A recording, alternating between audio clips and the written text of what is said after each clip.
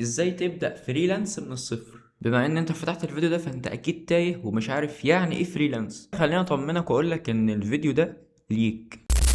في الحقيقة المجال ده مش للموهوبين ولا محتاج راس مال ولا حتى محتاج منك شهادة. يعني لو انت لسه طالب وبتدرس وما معكش شهادة فالمجال ده ليك جدا. مش قادر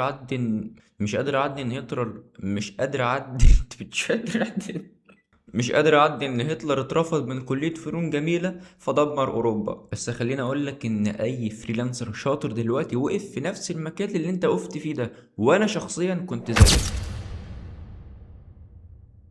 فحضر مشروبك المفضل وركز معايا. انا عارف انك بتتفرج على فيديوهات كتير وكل واحد بيقولك معلومة مختلفة مع التاني، فهم الاتنين متناقضين مع بعض، فانت مش عارف تبدأ ازاي لانك اصلا خدت معلومات داخلة في بعضها، وبتشوف ناس نجحت واشتغلت وعملت فلوس وهي قاعدة في البيت وانت مش عارف تعمل ايه. تنويه، انا مش بقولك تقعد في البيت، بالعكس انت ممكن تشتغل في اي مكان غير البيت، وخليك عارف ان انت فريلانس يعني مستقل، لا في مدير ولا في حد مقيدك بحاجة معينة. فتاني بقولك مش لازم تقعد في البيت، قعدة البيت وحشة جدا. ان شاء الله بعد الفيديو ده انت هتطلع فاهم يعني ايه فريلانس وهتبدأ فعلا تدور وتشتغل وتتعلم، لكن بشرط انك تطبق اللي انا هقوله ده بالظبط وما تتفرجش على حد تاني بيقول نفس الكلام اللي انا بقوله ده، لان هو فعلا مش هيقولك نفس الكلام اللي انا بقوله ده، هو هيقولك معلومات مختلفة وانت هتتشتت. فانا مريت بنفس اللي انت مريت بيه ده، فخد مني وما تاخدش من حد تاني، لان الحد التاني ده عاوز منك تسمع بس، هو عاوز مشاهدة فقط، وانا عايزك تستفاد. ولازم فعلا من النهاردة تاخد الخطوة وتطبق، لان انت لو متحركتش عمرك ما هتعمل اي حاجة في حياتك. هدف النهاردة اخرجك من الفيديو ده وانت عارف يعني ايه فريلانس، وازاي تختار المهارة، وازاي تتعلم المهارة، وازاي تتعلم المهارة. عايز حاجة اكتر من كده عشان تبدأ؟ طيب يا سيدي قول لي نبدأ منين وازاي. يا عم ما تستعجلش، اهدى عليا، ما تقلقش، مش هكلمك بمصطلحات ولا هيبقى في اي نوع من اللخبطة. اصبر بس انت عليا وما تتسرعش لان انا هعلمك من الصفر. واخيرا اول حاجة هنتكلم عنها وهي يعني ايه فريلانس.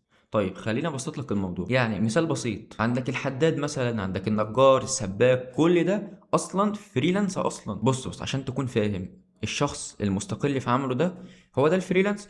ده الشخص اللي ما يكونش عنده حد فوقه، ما يكونش عنده مدير مثلا، لا هو شغال مع نفسه، ما عندوش مواعيد ولا عنده مدير بيدير، لا هو مدير نفسه. بص يعني اجمالا كده هو رئيس جمهورية نفسه. هو بس الحداد ده في حد عنده مشكلة فهو بيجيب له الحاجة يعملها، في المقابل بيديله مقابلها فلوس. فاحنا هنبدأ ناخد المثال ده بقى نحطه على السوشيال ميديا، انترنت، على نعمله اونلاين. طب ايه هي الحاجات اللي انت ممكن تعملها اونلاين؟ عندك مثلا المونتاج، البرمجة، الجرافيك ديزاين، مجالات واسعة جدا. فانت بتتعلم الحاجة ديت وبتبدأ تقدمها لشخص محتاجها، فهو بيديك مقابلها فلوس بقى، انت بتديله وقت هو بيديك مكان الوقت ده مقابل، لان كده مفيش حاجة بتيجي من الهوا. كل اللي مطلوب منك انك هتتعلم مهارة معينة بتتعمل اونلاين وهتبدأ تقدمها للشخص المناسب من بيتك ومن التليفون بتاعك.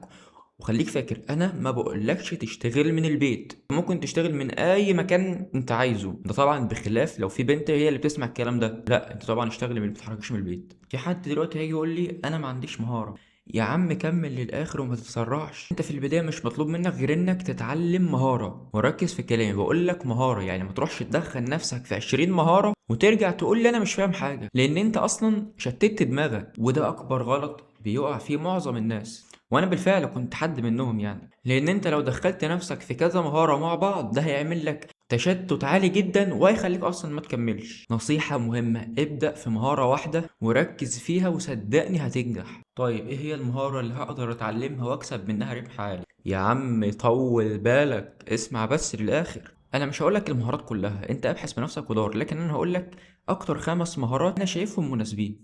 اول حاجه هي البرمجه، لان دلوقتي اي شركه دلوقتي واي حد عامه صاحب بيزنس بيحتاج يعمل موقع ويب سايت، فبيحتاج واحد مبرمج يعمل له الحاجات دي كلها. تاني حاجه وهو الجرافيك ديزاين، كل حاجة غالبا النهاردة داخل فيها جرافيك ديزاين. المبرمج اللي عمل الموقع هيحتاج واحد ديزاينر يعمله التصاميم اللي جوه الويب سايت، ده غير الهويات البصرية اللي الشركات بتحتاجها، وغير كمية البوستات التسويقية اللي بتنزل كل يوم على السوشيال ميديا. وما تقولش الاي اي خد مكان الديزاينر، لا بالعكس، الاي اي ساعد الديزاينر. خليك ايجابي ما تخليكش سلبي. تالت حاجة وهي كتابة المحتوى. صناع المحتوى كتروا الفترة ديت، وطبعا اي واحد صانع محتوى بيحتاج واحد يكتب له المحتوى بتاعه. فكل ما صناع المحتوى بيزيدوا كل ما الطلب على الكوبي رايتنج ده هيزيد اكتر. ورابع حاجة وهو المونتاج. برضو صناع المحتوى كتروا فبيحتاجوا حد يمنتج ليهم الفيديوهات بتاعتهم. وكل برضو ما صناع المحتوى كتروا كل ما الطلب على المجال ده بيزيد. واخيرا خامس حاجة وهي التسويق. اي حاجة دلوقتي دخل فيها تسويق. الشركات بتحتاج مسوق، اللي عنده بيزنس بيحتاج برضه واحد يسوق له شغله، إدارة الإعلانات الممولة إنك تعمل إعلان ممول، والطلب في المجال ده عالي جدا. وبرضه تنويه، أنا ما بقولكش كل المجالات ديت هي ديت بس الفريلانس، لأ، أنت مجالات الفريلانس كبيرة جدا، انت دور بنفسك. لكن هم دول اكتر 5 مجالات مشهورين واكتر 5 مجالات الناس بتشتغلها وبالتالي دخلها عالي. اختار اي مهارة من دولت او اي مهارة تانية وتعلمها كويس. مش لازم تكون شاطر، بس لازم تكون مستعد انك تتعلم اصلا. بص، انت مش محتاج تدفع فلوس في اي كورسات ولا تشترك اصلا في اي منصات، لان حاليا كل حاجة بقت موجودة على اليوتيوب. اي كورس دلوقتي انت بحثت عليه تلاقيه موجود على اليوتيوب. كل اللي عليك انك تبحث وتتعلم وتطبق، وده كافي ان يخليك تشتغل في مدة قصيرة. رابع حاجة هو البورتفوليو. هتقول لي انت دلوقتي يعني ايه بورتفوليو، يعني ايه معرفش ايه وبتاع، انت هتسوحنا وتعمل. يا عم اتفرج على الفيديو للاخر، خليني اوضح لك اكتر وابسط لك الموضوع. البورتفوليو باختصار هو شغلك اللي انت عملته، يعني معرض الاعمال. خلينا اديك مثال. واحد دلوقتي ديزاينر عامل اكتر من تصميم، فهيجي العميل اللي عاوز يشتغل معاه هيقول له وريني الشغل بتاعك، وريني البورتفوليو، اعمالك السابقه. فالديزاينر ده بيكون مجمع شغله السابق كله في ملف معين وبيديه للعميل. فالعميل يشوف لا والله الشخص ده شغله حلو وشغله تمام وعاجبني، فيلا نشتغل مع بعض. طيب انت تيجي تقول لي يا عم انا لسه بادئ دلوقتي وما عنديش شغل سابق ولا عندي حاجه. بص يا ريس، وانت بتتعلم طبق اللي انت بتتعلمه عملي. يعني شوف الشخص اللي بعلمك بيقول ايه وابدأ طبق وراه. فهتبص اصلا تلاقيك انت طلعت شغل ليك وعملت ليك بورتفوليو من غير ما تشتغل مع حد. يا رب تكون فهمت. واخيرا خامس حاجة وهي انك تبدأ تشتغل منين. في منصات كتيرة تقدر تشتغل منهم مستقل وخمسات، ودي للناس اللي ما عندهاش لغة. ولو انت معاك لغة، في مواقع تانية زي اب وورك مثلا. وفي الحقيقة مش دول بس اللي بيجيبوا عملاء، انت ممكن تبدأ من الفيسبوك، من الانستجرام، من اي منصة تواصل اجتماعي. ولو حابين نتكلم عن موضوع العملاء ده اكتر اكتبولي في الكومنت. وختاما، بلاش تقارن نفسك بحد ابدا. لو هتقارن، قارن نفسك بدلوقتي وزمان. شوف انت دلوقتي فين وزمان كنت فين. وخليني افكرك، ربنا سبحانه وتعالى قال إن الله لا يغير ما بقوم حتى يغيروا ما بأنفسهم. فابدأ انت غير من نفسك. ولو انت لسه مكمل معايا لغاية هنا، فما تنساش تحط لايك واشتراك، ده لو حابب، لو انت استفدت. ولو عندك اي فكرة فيديو ما تنساش تكتب لي تحت. سلام.